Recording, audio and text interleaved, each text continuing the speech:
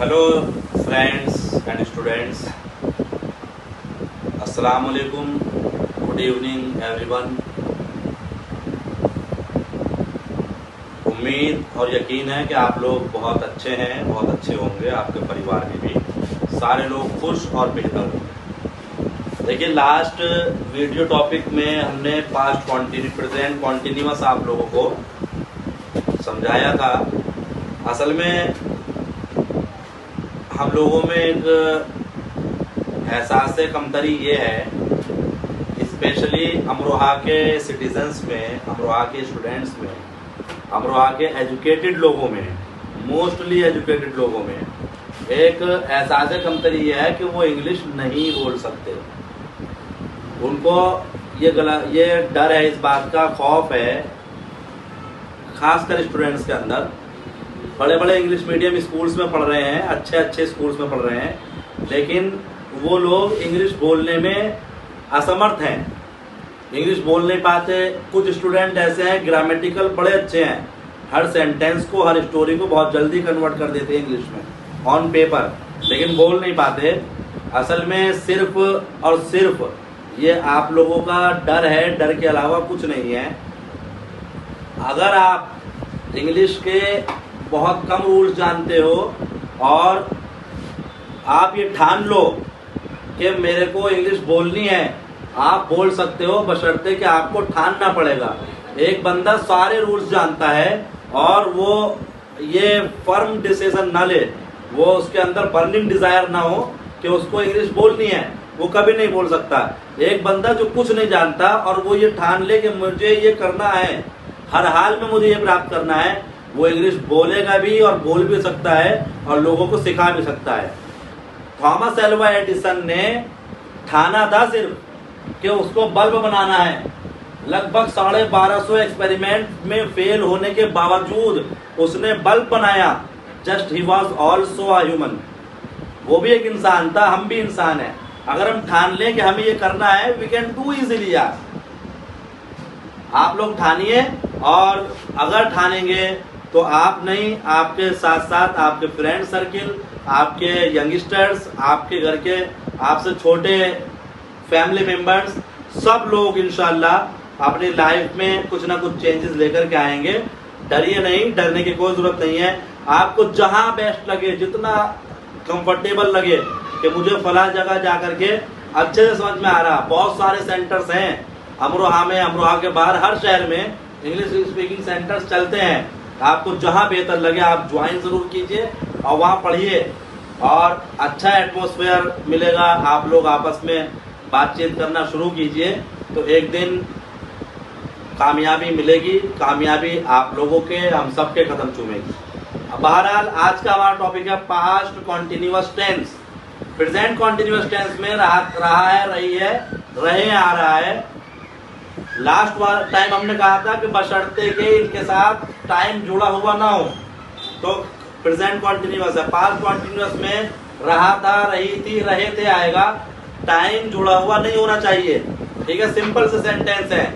मैं दिल्ली जा रहा था, मेरा भाई आपको बुला रहा था, वो बहुत मेहनत कर रहा था, पिताजी बच्चों को डांट रहे थे, मम्मी रोटी पका रही थी, तुम स्कूल क्यों नहीं आ रहे थे, वह छत पर क्यों नहीं सो रहा था, ठीक है, चोर चोरी क्यों कर रहा था, वो मेरा दरवाजा क्यों बजा रहा था, भिखारी भीख कब से मांग रहा था, या भिखारी भीख कब मांग रहा था, क्यों मांग रहा था।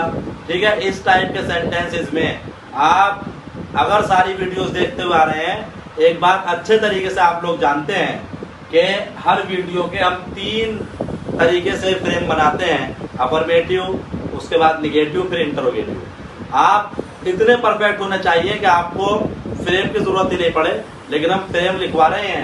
अफर्मेटिव सेंटेंस का फ्रेम है सब्जेक्ट प्लस वॉज या वर्ब प्लस वर्ब की ING form plus object. Was या वर्ब में से कोई एक चीज लगाएंगे, जिस तरह इज, आर या एम में से कोई एक चीज लगाई थी। ठीक है, ऐसे ही वॉज या वर्ब में से कोई एक चीज लगाएंगे।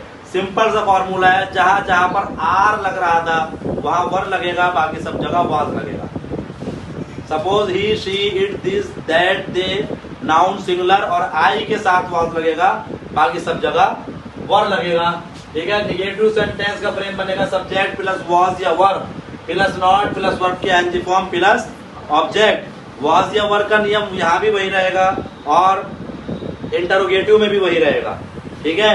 एग्जाम्पल है बोर्ड पर, एग्जाम्पल देखें, मेरा भाई पतंग उड़ा रहा था, my brother was flying the kite. इसी को निगेटिव कर लें, मेरा भाई पतंग नहीं उड़ा रहा था, my brother was not flying the kite. तुम्हारा भाई पतंग उड़ा रहा था, your brother was flying the kite. उसका भाई पतंग उड़ा रहा था, his brother was flying the kite.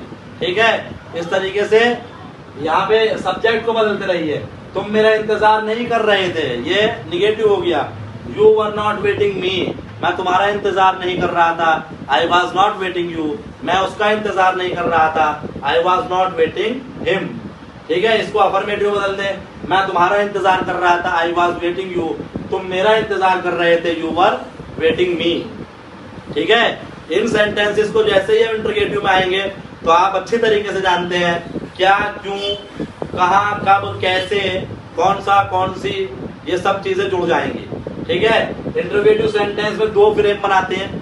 पहला सेंटेंस फर्स्ट टाइप इंटरोगेटिव के लिए, दूसरा वाला सेकंड टाइप इंटरोगेटिव के लिए। वॉज या वर्ब पहले आ जाएगा अगर फर्स्ट टाइप इंटरोगेटिव है। सपोज क्या बारिश पड़ रही थी, वॉज इट रेनिंग, बारिश क्यों पड़ रही थी, वाई वॉज इट रेनिंग, तो आप वाई सेकंड वाला फ्रेम लगाएंगे।